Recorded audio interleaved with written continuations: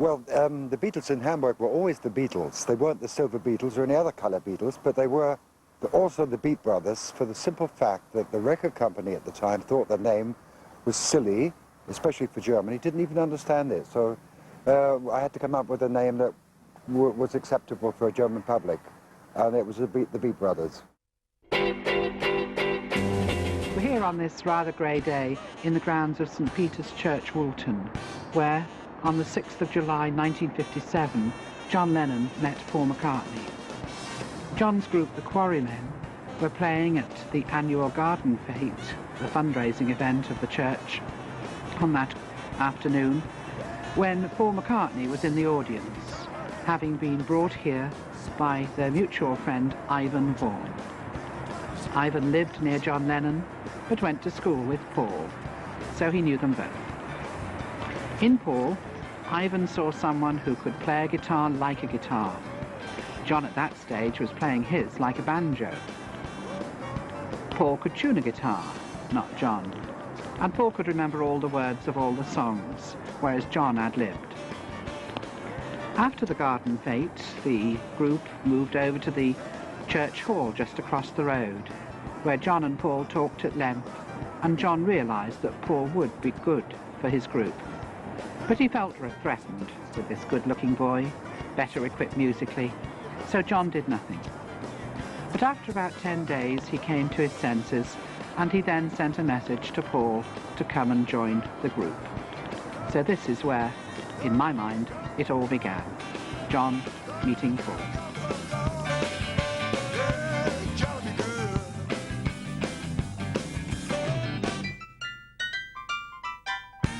Well, when I first became involved with Beatles, say, it was Pete Best, not Ringo. They were all sort of individuals, like Pete attracted a lot of screaming girls for his looks. It didn't matter if he had talent or not. He did, I'm not saying he didn't, but it didn't matter, because they would, you know, look up to Pete as, he was a very, very good-looking young man. So I knew Pete, he was a very nice fellow, very quiet, kept himself very much to himself, although he did enjoy the attention of the girls. George was also quite quiet, although he did join in bits of the fun and the performance, you know, the other two used to go. George was a very quiet, and I've been saying this for years, but through his recent passing away, it's become more known.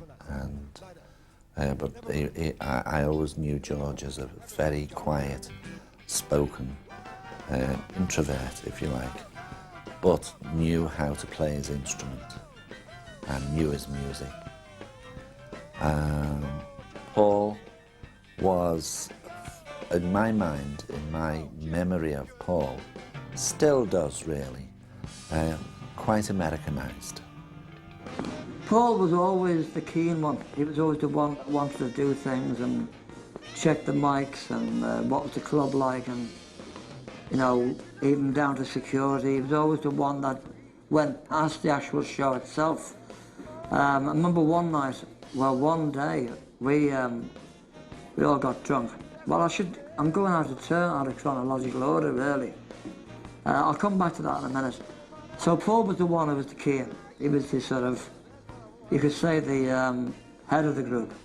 John was the voice, and then John's voice, I still say it's the best voice in rock and roll, you know. Very, very distinguishable. He just loved rock and roll. He wasn't interested in he didn't even care how much they got paid, John. He was just doing it for fun. And they called John Lennon the Singing Rage. And I thought, well, the Singing Rage, well, you know, there's a lot of Elvis was the rage, Cliff Richard was the rage, you know, or the rage at the time. But I realised it was a double meaning, because he was the rage of the cavern, but he sang, every song he sang in a rage, you know. When they first started appearing at the Cavern Club.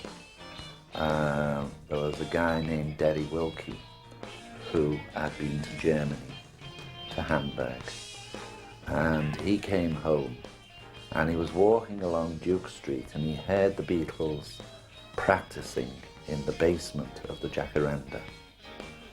And he recognised them as the Beatles because he'd been to see them a few times before he went off to Germany. And he banged on the ground for somebody to come up and open the door for him, and it was Paul McCartney. And of course Paul knew Derry and various other people, like they all know each other, or knew each other.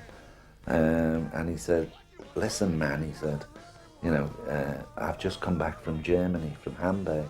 It's fantastic over there. He said, I want you should get in touch. He said, and here's a phone number for you. And he passed on the phone number of the Kaiser Keller in Hamburg. And he said, if you phone there, you are asked for Mr. Koschmider, I think his name was, Koschmider or Mider, and tell him that you know me, and I would highly recommend you. Yeah, there's these 4 guys, as I say, that most of us had not seen before, and they were Stuart Sutcliffe, John, Paul and George. Their drummer evidently couldn't be there because he had a day job. So anyway, we all went on, did our bit for Larry Parnes, and Billy Fury was there, sitting there, sort of watching the various bands. And each band went on in turn, and then eventually came down to this band called the Silver Beatles to do their thing, you know, and they got up and they borrowed the drummer from the Big Three, a guy called Johnny Hutchison, who's one of Liverpool's famous drummers of the time, you know. And they did their thing, and funny enough, you know, okay, they were sort of a bit rough and ready, and but okay. And I remember the bass player, Stuart, didn't face Larry Parnes. He had his back to them, you know? And whether that was a moody or he was a bit ashamed of showing what he was doing on the bass, I don't know. And so I became the manager, and then Larry Parnes phoned me up. This is the next stage, as it were. And because he was so impressed with the Liverpool groups, which I put on at the stadium, he asked me to hold auditions, because one of his pop stars was a guy called Billy Fury, who's tragically dead now. And he, being from Liverpool, would have liked to have a Liverpool group to back him. And so we all went to another club, which I was just about to open, called the Blue Angel. And I thought, well, I'll throw the Beatles in now. To me, they were sort of rough, but good enough. And to my surprise, they got the job. Billy Fury said, yes, we would like that group, the Beatles. But they spotted that Stuart Sutcliffe, who was John Lennon's best friend, could hardly play the bass. And they said, but without the bass player. And the reason they gave was that they couldn't afford 5 musicians. And so Stuart would have to go. And to my surprise, John said, no, we're not doing it. If Stu doesn't go with the band, we don't want to do it. And it was a job that any group in Liverpool would have given their right arm to have, you know, been the backing group of one of the best pop singers in the late 50s. Well, we started off in a place called the Kaiser Keller, then we went to the top 10, and then the Star Club happened. But we were all together right at the beginning in the Kaiser Keller. Beatles as well, and many other groups, of course.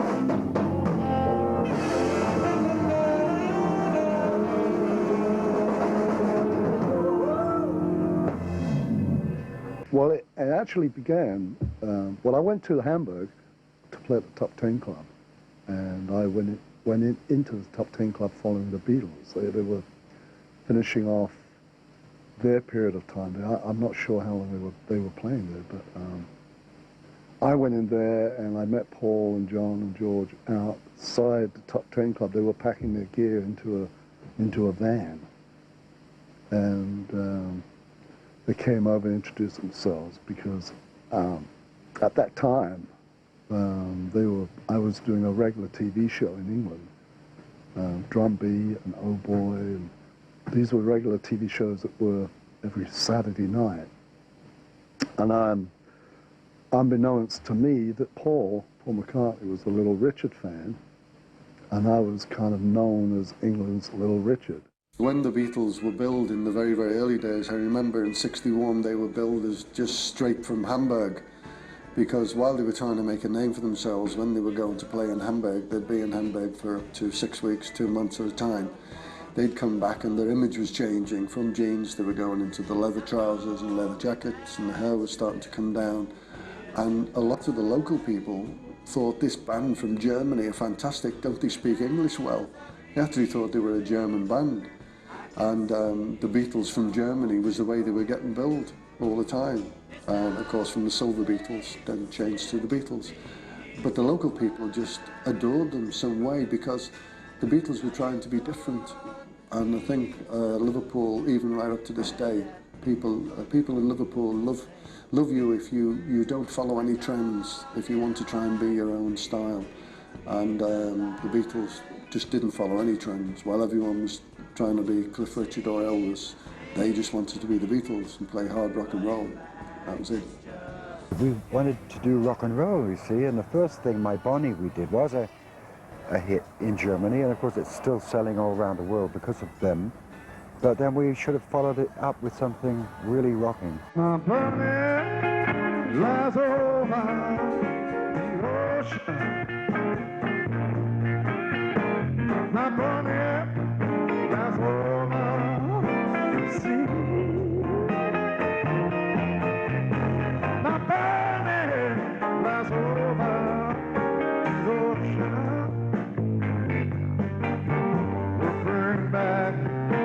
Bring back my Bonnie to me.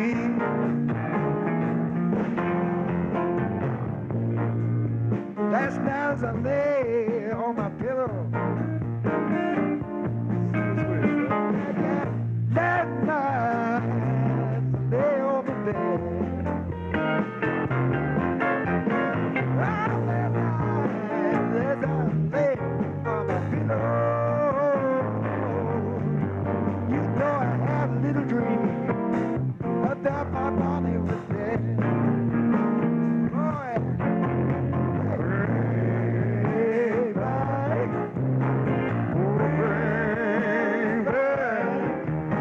bring back my Bonnie today to me.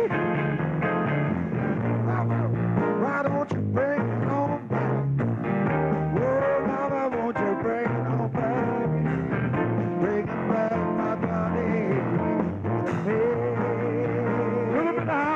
Come on, my bro!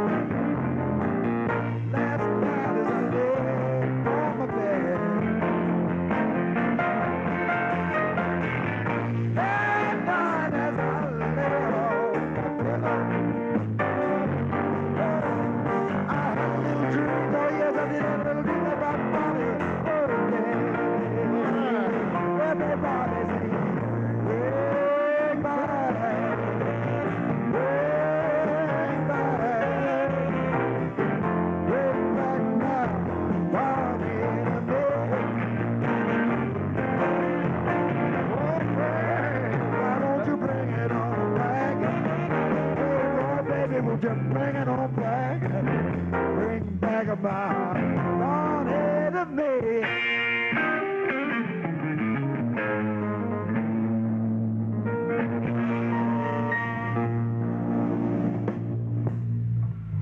Yeah, basically that's it. They were playing at Latham Hall, which is a Brian Kelly show. And after the show, the girls had been eyeing the Beatles up, which they always did, you know. And one or two of them were eyeing Stuart up because he was so shy, you know. And this gang, the boyfriends of the girls, you know, followed the band outside. And one of them attacked Stuart, knocked him over and kicked him in the head. John came running out and hit him, the fellow that hard. John couldn't play the guitar for 2 weeks. They sprained his wrist, you know. And that was one of the few times I wasn't there. I got told by one of the people who had followed the band around a lot. And he said John was crying that night. Well, I firmly believe that's where Stuart got his tumour from. It didn't come out till probably 2 years later, you know. I think one of the biggest changes I do remember from the Beatles was when Pete Best was given the sack. We were actually invited along to see Brian Epstein at the time. He just signed the Mescal up, so we went along to the office, and Pete Best was walking out of the office as we were going in with a very long face. We said hello to him, he completely ignored us and walked past. And we found out later that Brian had said to him, I'm afraid we're bringing a new drummer in, we're bringing a Ringo Starr in, but if you want to stay in the business, I suggest that you join the Mescal. Well, he turned that down by saying, I'm not going to join those little kids. But as it happened, we wouldn't have had Pete anyway because we were quite happy with John Banks, who was our drummer at the time, quite happy. But I did notice a great change in the band then. And after that, we went along, we appeared with them at the Cavern the next day. And I remember they were doing a lunchtime session, and as they turned up, George had been assaulted outside. This was to do the first show with Ringo Starr. And George came in with a big black eye, and we said, what's happened to you? And he said, they're all taking it out on me. He said, they're frightened to take it out on John because he'll flatten them, so they've all picked on me. They've all punched me. He said, it's my fault for throwing Pete Best out. Because Pete Best had such a legion of fans. He was possibly the most popular at the very early days. Because he was so good looking and so handsome and very quiet, and he had all the girls screaming for him at the time. But I think the sound changed as soon as Ringo joined the band. To me, it was slightly different. He did a different bass drum pattern. Pete was a lot simpler, a lot heavier player. And to me, they went more to an all-round band than the heavy rock and roll as they started off with. I mean, as it happened, they went from strength to strength then, but I think the sound somehow wasn't quite the same. I remember one event where it sort of changed, and I realised the Beatles are going to make it. I mean, from day one I knew they were going to make it. I just knew they were going to do something. I didn't know how big they were going to be, but I knew they were going to be big, not just around Liverpool, not just around Merseyside. One of the first reasons for me saying that is I remember them coming back from, Ringo joined them by then, and they'd been to record, and it was the follow-up to Love Me Do, it was Please Please Me, and they changed it quite a bit. They wrote it initially as a Roy Orbison type of song, you know, like last night I said these words to my girl, one of those, you know. And they came back with a new interpretation of it, faster, Paul singing a top melody over John, and George coming in with Paul doing the backing vocals, and it just blew me away. And I remember getting shivers down me. They were playing it live, the new version of it, live on the Cavern, around the corner from here.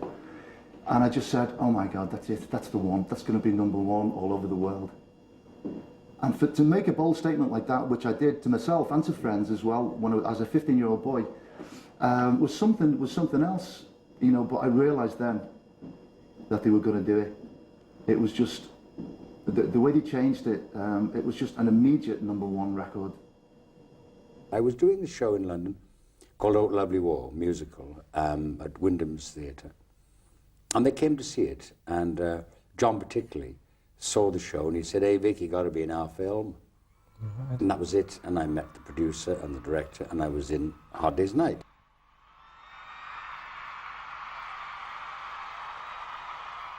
When they turned up, and I loved the music, and suddenly when they turned up, it was absolutely sensational. When I first walked on the set, I was playing a television director in Hard Day's Night, and as I walked on the set before we started shooting, we started to talk, and it was as if we'd known each other all our lives. It was the most extraordinary thing. I think it's because they came from Liverpool, and I came from South Wales, that those kind of backgrounds, that we sort of hit it off straight away, and we just started talking, and, well, we hadn't really stopped. I'm a prisoner of conscience. The most extraordinary thing about them was they were really, truly extraordinary because they were really, truly ordinary. You treat like ordinary passenger, passenger, you say. Now, what I mean by that is, to be truly ordinary is marvellous. They were truly ordinary because they had no hang-ups. They didn't have any attitudes. They didn't have any chips on their what you could call a kind of, well, in the hurricane of Beatlemania, there was a still, small centre. In the middle of it, these four lads sat talking, and they used to say to me, "What did you talk about on the set of those films?" And I said, "Well, we'd be sitting behind this bit of white stuff out there on Hard Day's Night particularly. There'd be all these fans screaming, and we'd be sitting in there talking, and we talk about the Freudian interpretation of dreams as opposed to the Jungian interpretation of dreams." They were talking about what dreams meant, or they would say things like, John would say, "I wonder, did Beethoven ever write any music for himself rather than for his patron?" They used to talk about things like, well, have laughs as well and jokes, but really straight into fascinating conversations. And when I used to say to people, they used to say the Beatles talked about Freud, because you see, at that time, you must remember that the world's changed a lot then. Pop stars, so-called, or the Fab Four, so-called, people outside thought they were dim-witted idiots. Nothing. We wrote a play, right, together. And I'm sitting in my flat in London. I had a flat then in Manchester Street. It was 5 o'clock in the morning, and we were supposed to be writing the play. And John suddenly turned to me and said, "Hey, Vic, let's go somewhere warm." And I thought he meant another room. And he picked up the phone. Oh, he said, "Sorry, did I wake you? Vic and I want to go somewhere warm." And we ended up in Africa. Wow. I mean, that morning, within 10 minutes, the car came and took us away, and off we went to Morocco to finish the play. But that impulsive. I remember when we got on the plane and we were in Casablanca. There was a car to meet us in Casablanca, driving through the desert towards Marrakesh. And suddenly John, sitting in the back of the car, turned to me and said, "Hey, Vic, you got any money on you?" I said, "No." I said, "About a $5." He said, "That's okay, I won't need any money, I'll just sign, you know." And he said, "Nobody will know me here, it'll be great." And I must do this because it was fun, ladies went by with the ashmacks like this.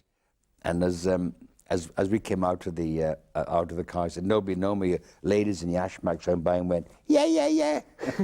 Couldn't go anywhere.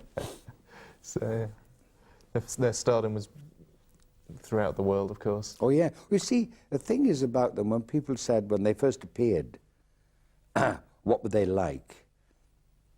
And I said, well, in their truly ordinariness, in the fact of basic, down-to-earth, decent chaps. With a song for Christmas. How about that? Gary Crimble to you, Gary Crimble to you, Gary Crimble, dear Rudolph, Gary Crimble, me too. Rudolph the red-nosed reindeer had a very shiny nose. How many shiny all right. And the same with George.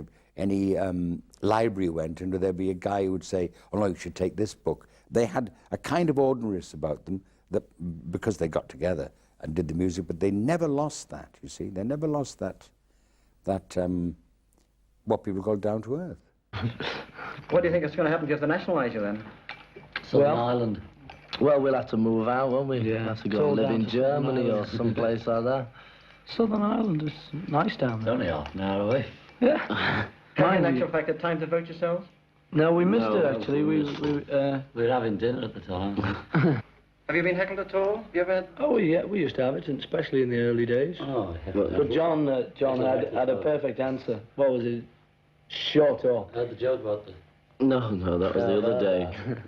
During the last few weeks, the Grimman group and the Hume group and the Wilson group have been edging off the papers. Have you been envious of all these groups? No, we sell more records. The situation looks pretty grim, doesn't it? That's a good one. Good one, good luck to them. Have any of the political parties actually contacted you and said, would you say publicly you'd vote for us? Oh, no, because then the others don't buy the records. What about this business of being on the wane? Is that all over? Well, we get it about every 2 months. Somebody says, you finished, you're on the wane. You know, they say Dave Clark's in, Brian Poole's in. Are we? You know, they're probably all in, but we're still having a good time ourselves. You don't look too bad for lads. You don't look too bad for lads likely to be on your way to the dole queue, do you? No, well, we passed one the other day, didn't we, Paul? Yes, we passed We're still on the dole as well, don't tell Harold. Just getting back to the election for a moment, have you taken much interest in it? Have you... Taken interest, you know, because it's interesting and it's exciting. But we didn't actually get the chance to vote, as we told you before. Have you read the speeches? Read them. Read the comics. You've been away. Saw the film. Read the comics. Have you watched the television? Well, we will as soon as you go. We'll get the telly in the next room. Springs from the fact of what I said before, they were hungry for knowledge. They wanted to find out. How often have you taken LSD? About 4 times. And where did you get it from? Oh, you know, I mean, if I was to say where I got it from, you know, it's illegal and everything. But you're a public figure, and you said it in the first place, and you must have known that it would have made the newspapers. Yes, but to say it, you know, is only to tell the truth. I'm telling the truth, you know. I don't know what everyone's so angry about. Well, do you think you have now encouraged your fans to take drugs? I don't think it'll make any difference, you know. I don't think my fans are going to take drugs just because I did, you know. But the thing is, that's not the point anyway, you know. I was asked whether I had or not.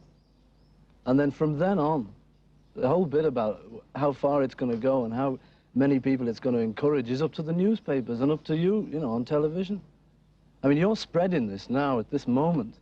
This is going into all the homes, you know, in Britain. And I'd rather it didn't, you know. But you're asking me the question. You want me to be honest. I'll be honest, you know. But as a public figure, surely you've got a responsibility to lots and No, lots it's of you've teenagers. got the responsibility. You've got the responsibility not to spread this now. You know, I'm quite prepared to keep it as a very personal thing, if you will too. If you'll shut up about it, I will. What annoyed me at that time, and I even said it at that time, and I'll say it again, here we go. Because they were pop stars, because they were rich and world famous, but pop stars, they shouldn't be interested in finding out about mysticism, or they shouldn't want to know those sort of things.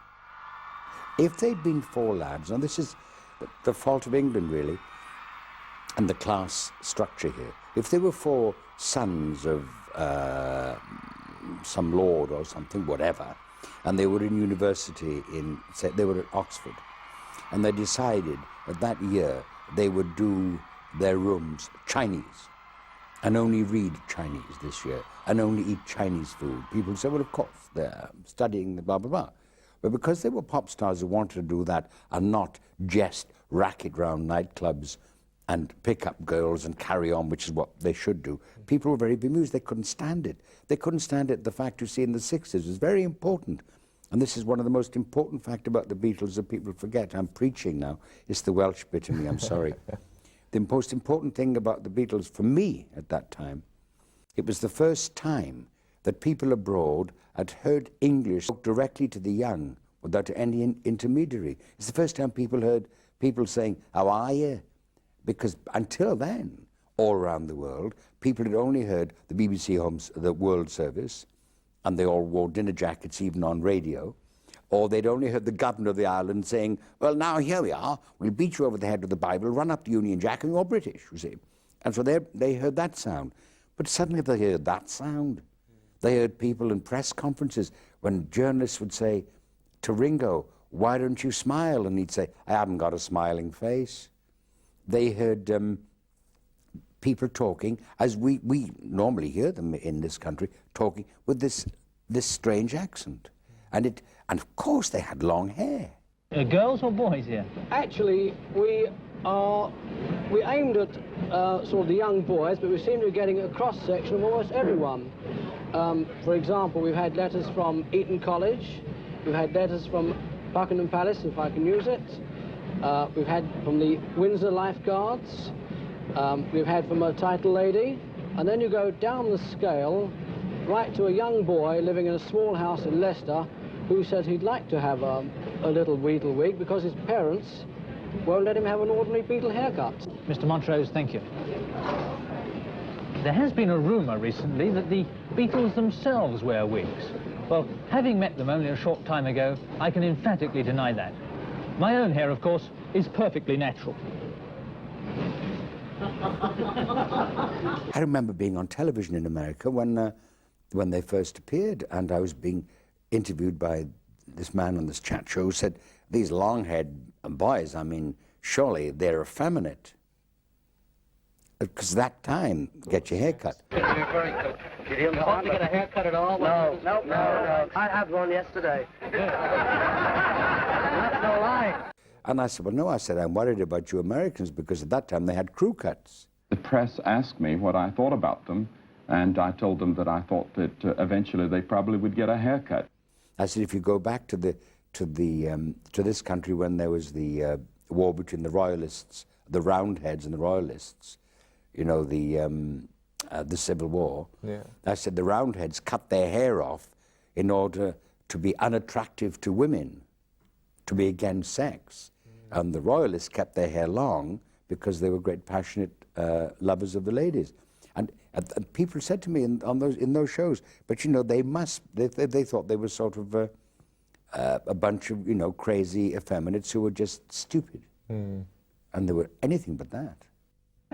And then, of course, when they went to America the first time, who could believe that what happened when they hit Kennedy Airport?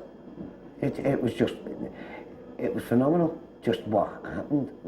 You couldn't, nobody's imagination could have thought that was going to happen. You'd swear that somebody had gone around and said, you get to that airport, there's a band coming. But it hadn't, it was spontaneous. Quite a long time, actually. Last time was about 23 years ago. That was the last time I had one. Have you met any interesting American girls? Not yet. We're hoping. What do you think of the police protection you've been receiving here in the city? It's marvellous. They're doing a great job, you know, looking after us. Are the crowds as large as you expected? No, we didn't expect anything like this, no. What's the most interesting offer you've ever received? Oh, yes. Had a lot of interesting offers, actually. No comment. You just mentioned sort of the Rolling Stones and things in that time with the long hair and the... Yeah, right. They were quite pally with them, weren't they? Yeah, of course. Yeah, because they're perceived now as being, they was compared as if they were trying to outdo each other all the time. Was there like a friendly rivalry, or was it? Well, yes, in a way. I remember they used to talk about them, and they loved them, and they used to mix socially. There was no question of not, but they weren't like that. You see, the Beatles had kind of joy about life. I mean, they're great influences in their lives, as John wrote in his books. The influences upon us, and there were people like, well, as you read about themselves, Elvis. John told me about meeting Elvis. They're all looking forward to it. And what was it like? Eventually said, well, it's a bit boring, really, because he sat around playing them.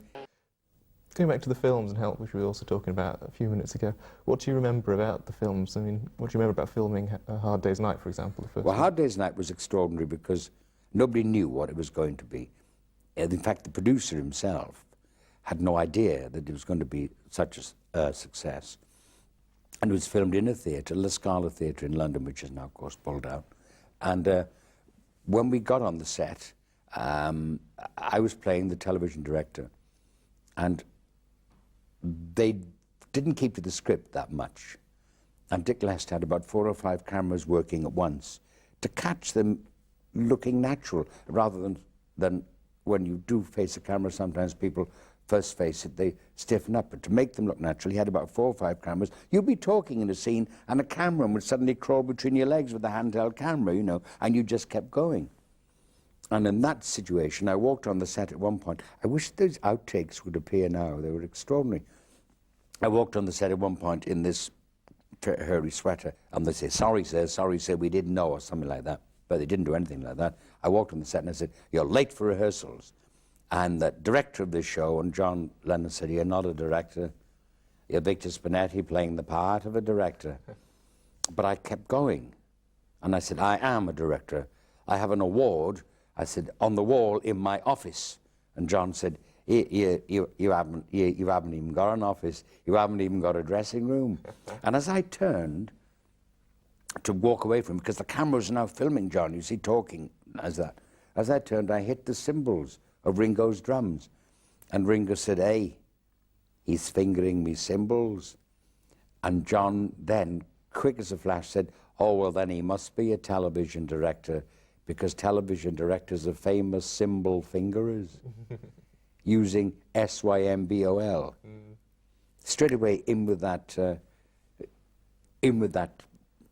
pun, if you like.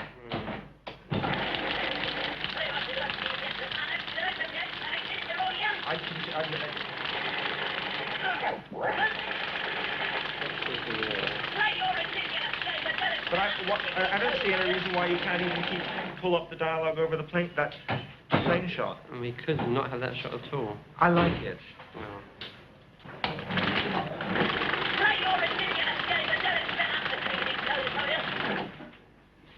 Now, John on his own, playing the part of someone else, someone who is similar in character to himself, someone who he understands, but in fact a fictional part, a man who has nothing to do with the 60s, a man who was 20 years old in 1940, with none of the pop elements, none of the fans, none of the persona of a 1966 man. I think that's a good step forward, because he can then, if that works, and I'm not one to predict, it's for the audience to say whether they consider that successful. It's a fairly reasonable transition for all of them to play the parts of other people. Yeah, you've been working with them over the past 2 or 3 years. Now the stimulus of the great pop explosion has gone. Is there a certain sense of sort of dying away of enthusiasm and sort of running down of the group? Of a dying away of their own enthusiasm? Yes. I don't think so. I think their enthusiasms are now being channeled into other areas, like composing for films, like writing, like appearing from time to time as actors, like searching for what they want to do. A lot of people seem to say that Ringo was very good dramatically in the films that Richard Lester directed, whereas he sort of never really made it to the fore afterwards. I mean, why was that? Was there a good relationship between him and Richard Lester? Well, yes. There was a tremendous relationship with Dick Lester on that film, with everybody. It was a trying time for everybody. But you know the famous story about Ringo when he was doing that scene in Hard Day's Night, when he was walking along like this with the camera and photographing the kid, is because he'd been out the night before and he was terribly hungover. And he was feeling wretched and awful, and he walked like that, and that became a joy and a most wonderful clown scene, but he was actually absolutely exhausted because he'd had a great night the night before. One of the first method actors then. Yeah, right. Oh, he's a lovely man.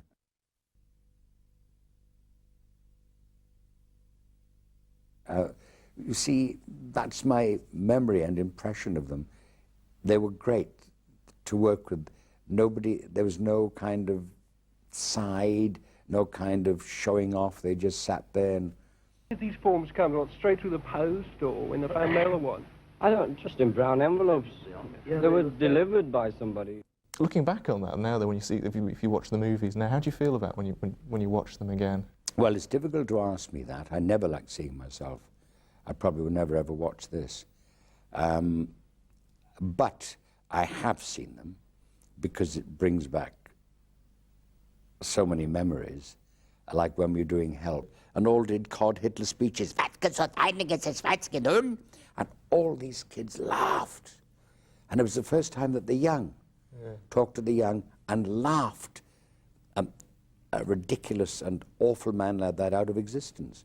But that was very powerful.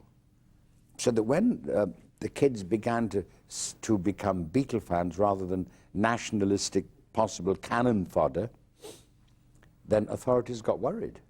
Their haircut. And you wanted to imitate them? Yes. I want to look like a Beatle, too. You want to be like the Beatles? Yeah, I sing. I go to the American Academy. I want to be a Beatle when I graduate. The American What makes the Beatles so good? I don't know. They're just great. They're adorable. They sing great, and they write their own songs, and all the songs are great. Even the songs that are crummy, they sing great. So it doesn't matter. Even people that were close to them have written books. One particular man who was very close to them, when we did the play at the National Theatre here in London, said that John Lennon was so out of his head on acid that the whole job was turned over to Victor Spinetti. That is not true. John was at rehearsals. John was working. John came to rehearsals. John wrote the script, but even a man close to him said that. So you can imagine what people outside that circle would say. Inside that circle with those lads, it was just wondrous, and I was very fortunate and very lucky, and I would never, ever, ever do anything to harm that memory. Were they in awe of the power they had through the media? I mean, no, they believe it, lad. They didn't. They really were not into power. They, as John said, I'm only a songwriter. The Beatles are not a secret weapon. I said to him once, I said, John, I said, you have a drawer full of songs that'll be discovered, you know, after you've gone, like not thinking it was going to be that soon. Like when, say, Cole Porter dies or George Gershwin, they find a trunk full of undiscovered, like they've just done with undiscovered Motown records. And John said, no. I said, what do you do? He said, well, I just ring up Paul and say, hey, Paul, I think it's time we got together and wrote another hit, and we get together and write one.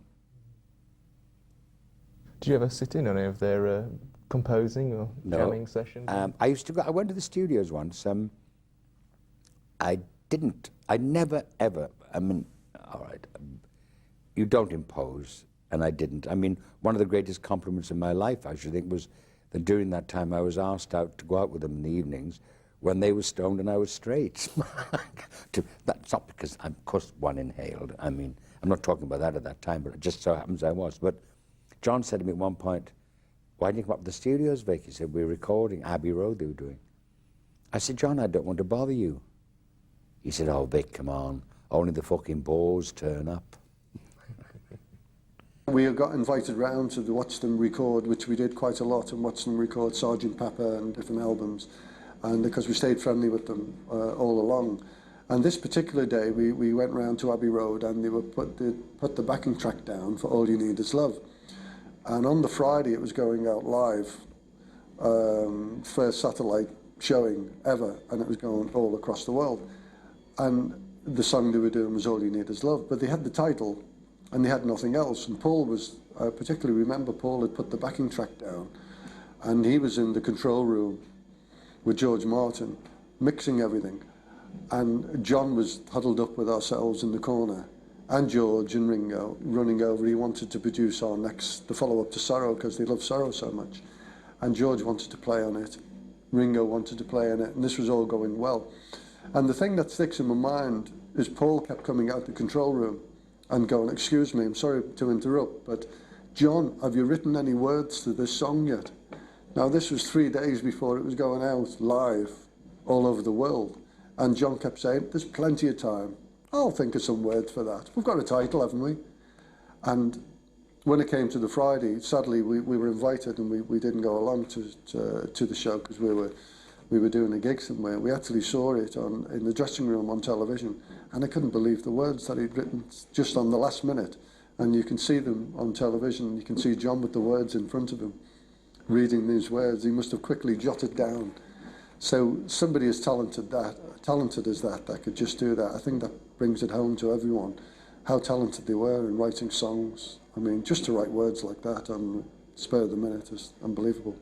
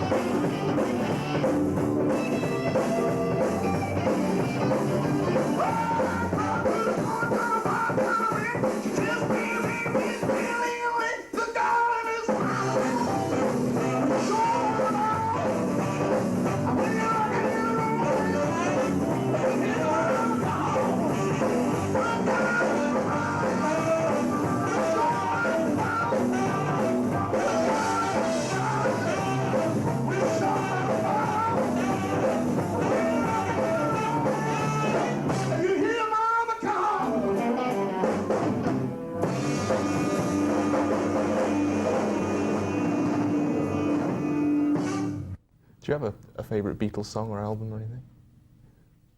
Sadly, well, yes, of course, the most extraordinary one was Sgt. Pepper, Day in the Life of, and then that was the most, the advance in music, but they used to send me them. As the albums came out, I used to get them all the time, with the little notes and things, and I had them all in the house, and there they were. I've never been a collector, but they happened to be there, and they were all nicked. Not by anyone breaking in, by people who'd come to stay or friends with the house. Oh, we'll have one of these. And eventually I went to look for them one day. I thought, well, there must be some. I've got this record, this album. Oh, they'd all gone. But then kids used to ask for things. I remember getting letters from people, from kids saying, could I have it's George Harrison's birthday, can you send me a candle from the cake? So I said, George, can you give me some of those candles and send them to these kids? Because I know what it's like to hunger after knowing something about people you love, or wanting something, like little thing like that. Cigarette butts, they used to ask for, hair clippings, everything. God. Amazing. Would you like to grow up to be a Beatle? Yeah. He looks like one. Shut up. Yeah.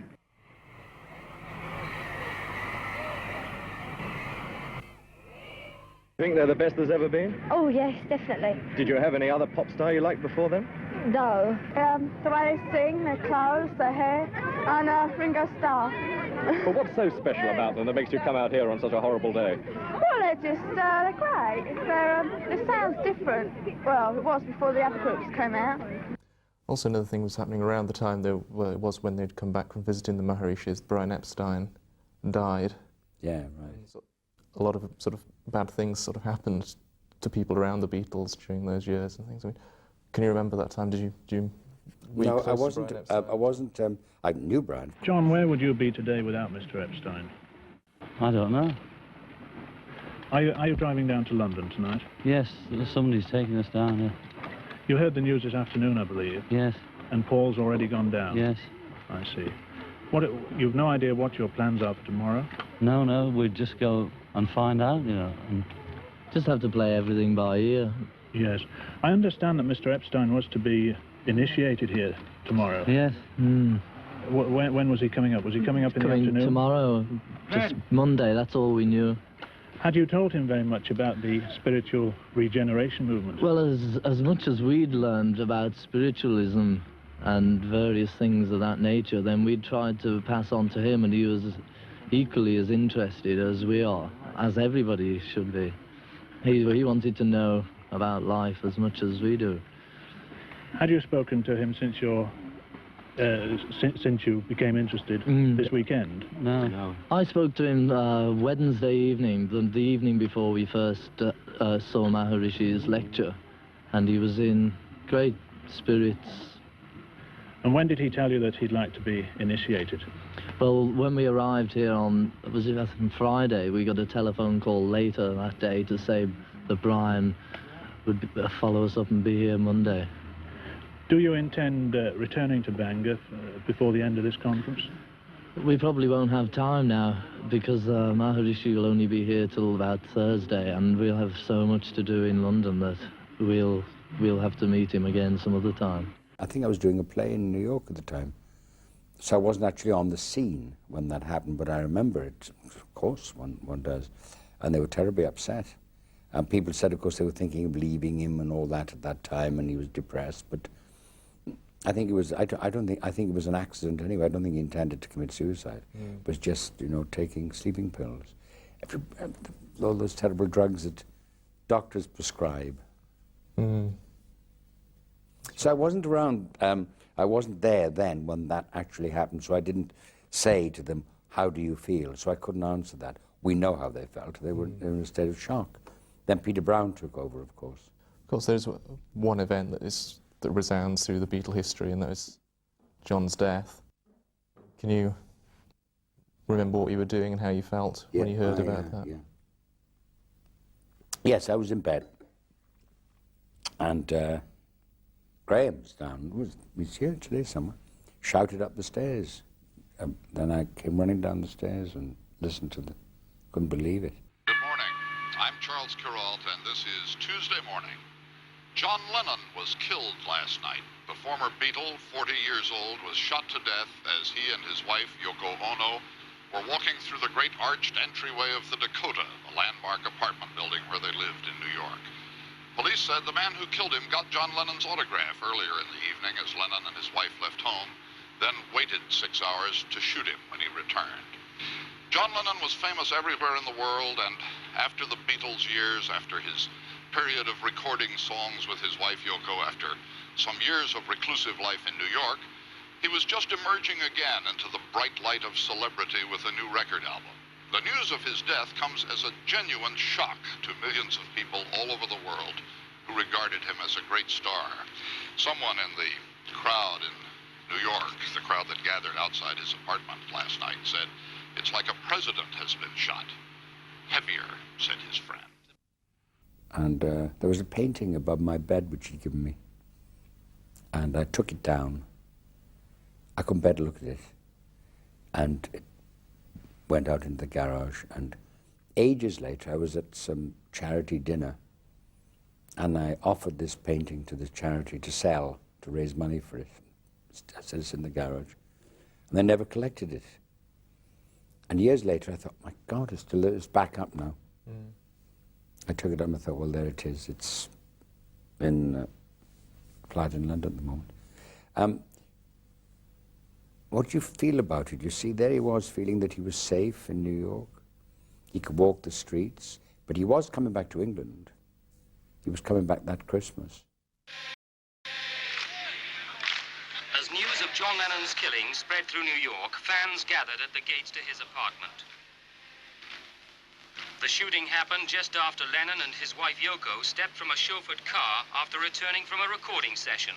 The killer, who 6 hours earlier had obtained Lennon's autograph, shouted his name, then fired 5 shots at close range. Eyewitnesses said the assassin made no attempt to run away and was smiling as police arrested him. Cradled in the arms of his wife Yoko, the former Beatle was rushed to Roosevelt Hospital a few blocks away, where extensive resuscitation efforts failed to revive him. I'm certain that he was dead at the moment that the first shots hit his body. Beatles fans kept up their vigil throughout the night, some singing, others overcome by their grief. One of the first visitors this morning to the Lennon apartment was another former Beatle, Ringo Starr, who'd flown here from Europe after hearing the news. He was taken through a side entrance to avoid the crowds. By mid-morning, the gates of John Lennon's luxury apartment block had become a shrine. People came, one by one, to place flowers and photographs of John Lennon on the iron-barred gates.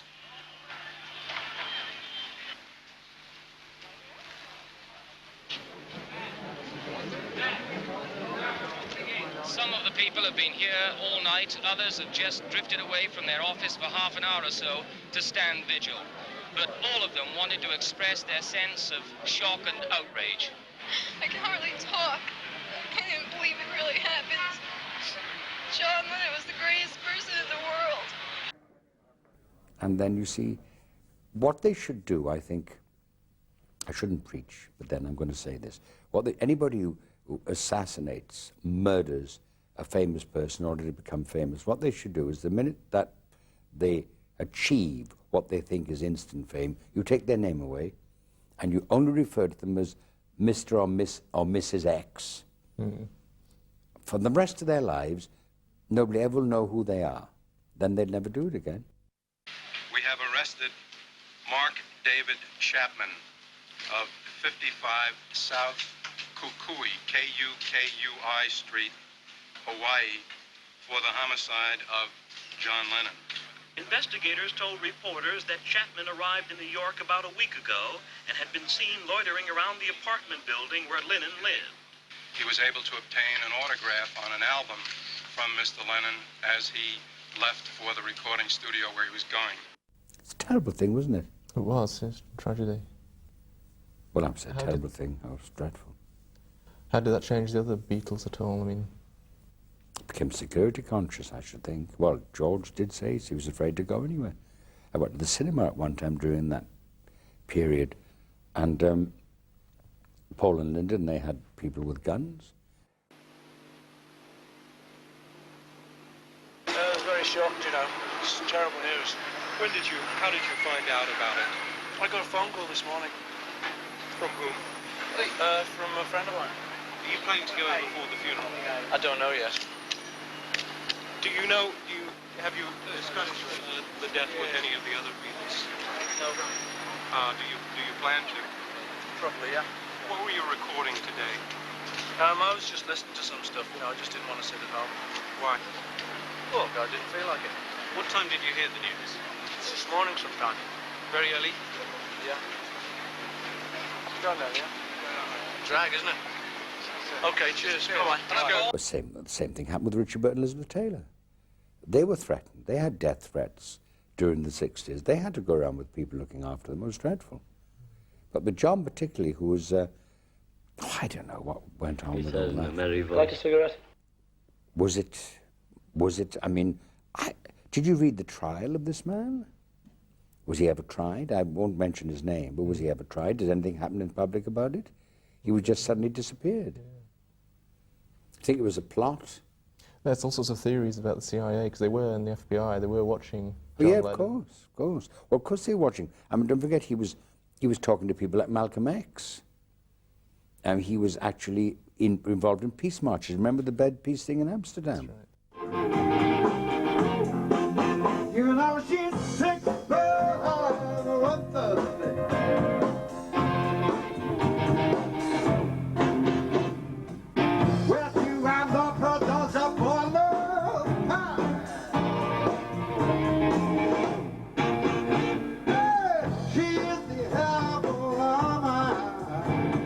Why do you have to have violence to compete? I mean, you can run a race without killing somebody, you know. But when the Beatles were the top in their singing career, there was violence there. Well, there was violence there, wasn't there? Yeah, but I think violence is not something you can just say, oh, we're not going to have it, you know. But I think it can be channeled. We're saying, this is one other way of doing it. This needn't be the way for you. But you think of something better. Don't criticize. You do something about it. We're doing something. You know, do something else besides create more violence. In other words, you're sitting here in bed because it's non-violent. Yeah, it's an example of non-violence. Yeah. And it's the most functional way John and Yoko could imagine to do it. And we thought about it a long time. Is this more popular than the one that you had in Europe? I couldn't judge its popularity by half a day, you know. Good. Well, that's okay by me.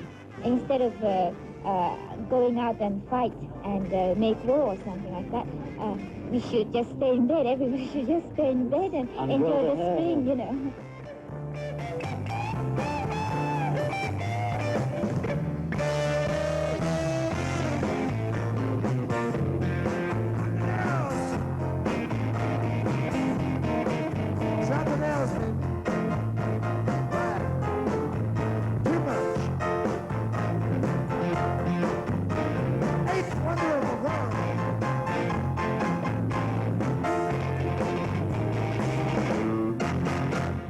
That's right.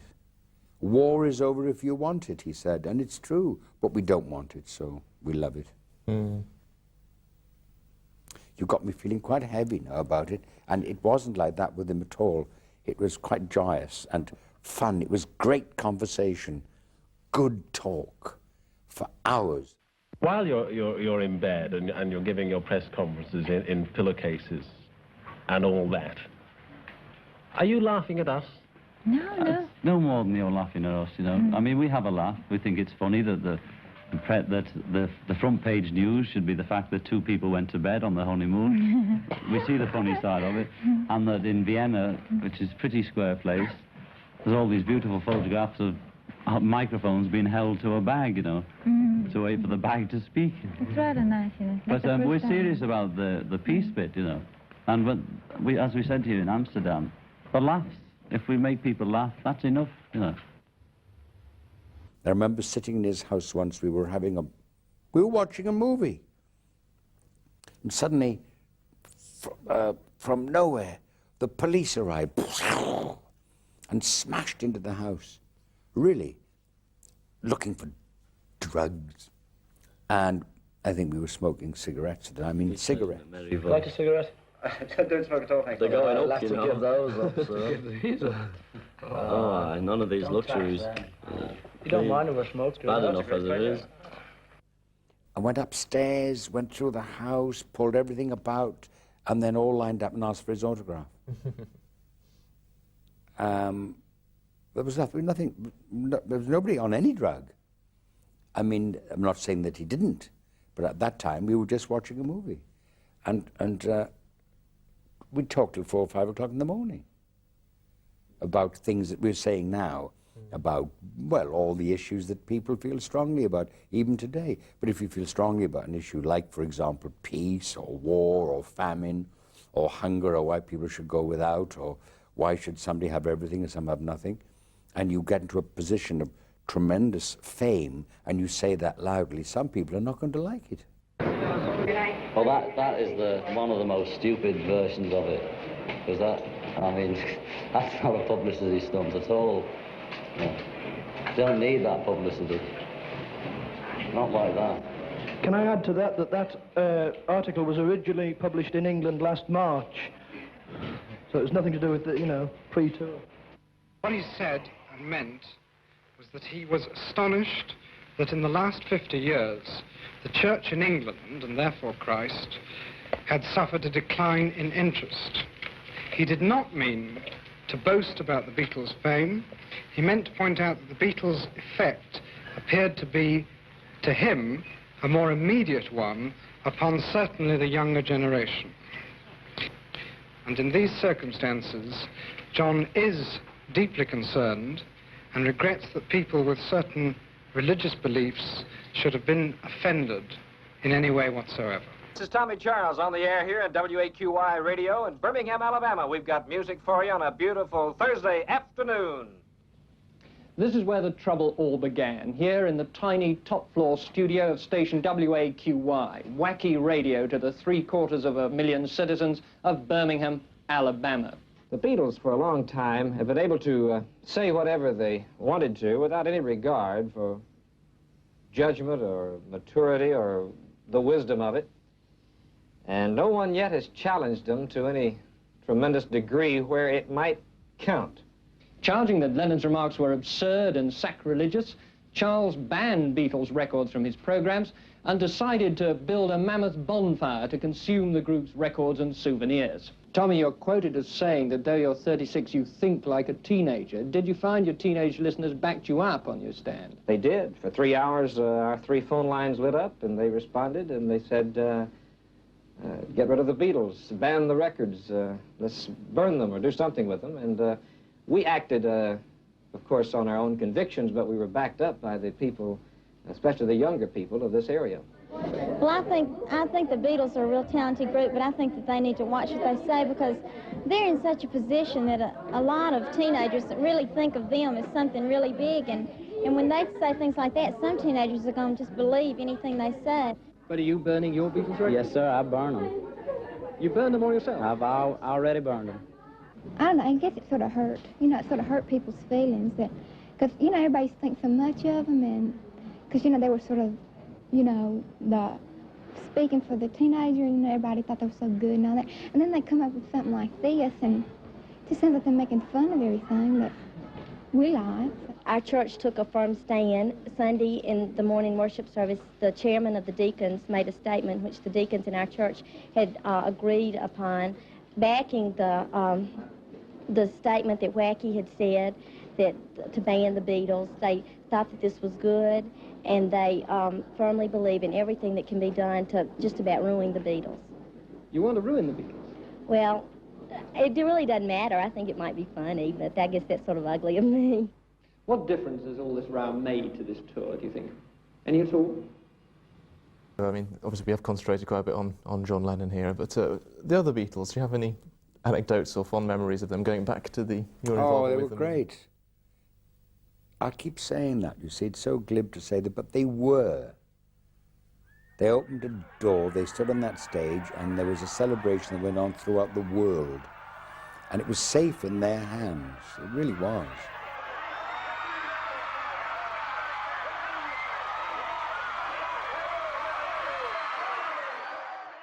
I mean, George saying, you know, you've got to be in all our films, otherwise me mum won't come and see it because she fancies you.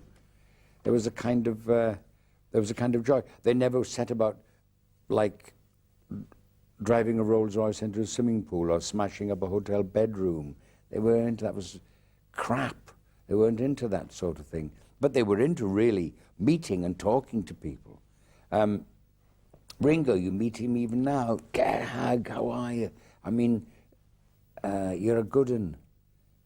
That was one of their phrases, you're a good un. Tremendously generous, hospitable. I found them, all those areas, like some of the greatest stars I work with, they've been basically very simple people. I'm trying to think of the anecdotes with them. I mean, you can't separate. I've separated John only in the sense of because I spent a lot of time with him, particularly when we were working on that play, or we went on holiday together, or we should go to the cinema, or go to the theatre, or go out to have meals. So I saw him the most, but I mean, I remember one day going down to spend a day with George, and it was the most wonderful day. There was this room with white curtains. There was George in this white outfit, dhoti, whatever they call those Indian outfits, playing this 1,000-year-old white sitar. And it's only me sitting there saying, listen to this, Vic, it's amazing, this.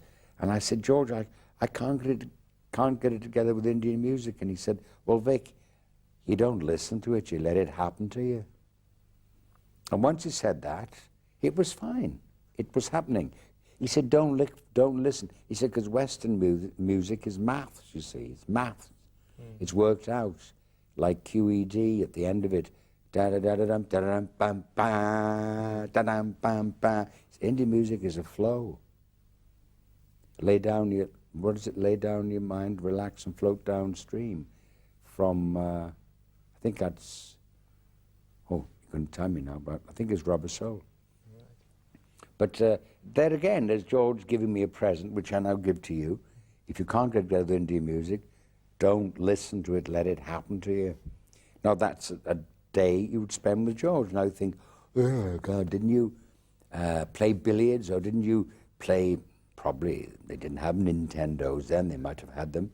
But no, he had this 1,000-year-old musical instrument, trying to play it. His fingers, when he learned to play the guitar, his fingers would bleed, trying to master this instrument.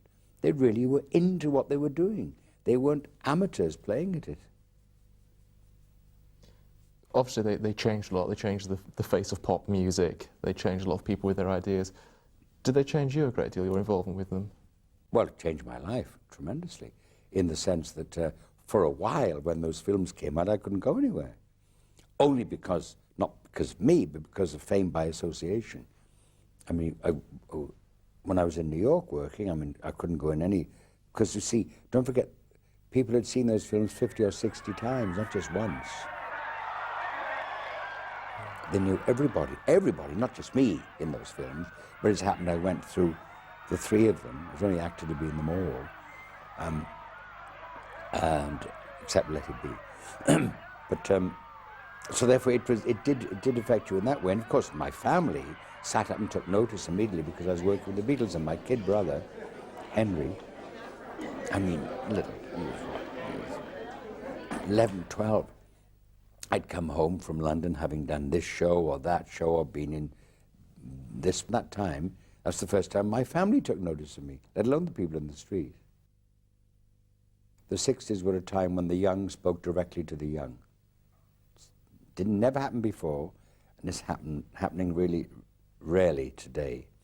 The manipulators are back, but this is the first time when they did speak directly to each other, and when the 60s had it was a time when people felt that anything was possible. Anything was possible. They felt that you could walk up to a soldier and put a flower in the rifle barrel, and that might change it. People talk about flower power. They talk about all those things, talk about hippies. But it was really a time when there was a tremendous air of gentleness around. Of course, there were the riots in America, in the universities.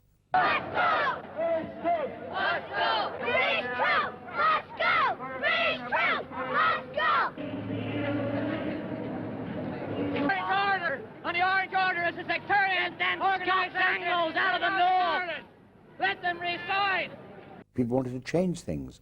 They wanted to actually say, look, can we change it without and not go into any political credo, not change to become an ist, like a communist or a Marxist or whatever, but can we just change to be what the idea at that time was, to be human being, rather than anything else. I know it's easy to say it, what I'm saying now, but it certainly, you felt it was possible it could come about that countries, people would cease to be nationalistic. Well, I'll get the transparencies to you, or to the studio. Tomorrow afternoon. All right, fine. Okay, fine. I suppose they can get together every so often making an LP for the sake of nostalgia or something, but I think Lennon and McCartney could very well become the Rodgers and Hammerstein writing team for films and for musicals and for songs generally. I mean, if there's any doubt about that. I think they're not stuck in a rut of the Liverpool sound or beat or anything like that, and some of their recent records or recent songs have shown that. I think they're capable of great things in the writing field. Ringo, I think he could, with the right film part, I think he could probably be quite a good comedy performer. And George? He enjoys it, anyway, that much I know. George? I don't know. I mean, I don't know. He'd probably open a string of Indian restaurants.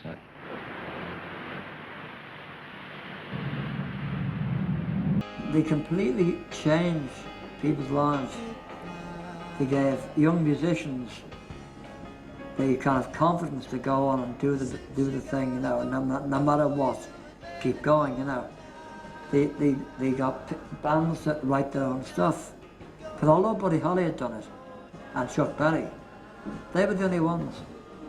It was the Beatles doing their own stuff. That to me is, but that's what art's all about.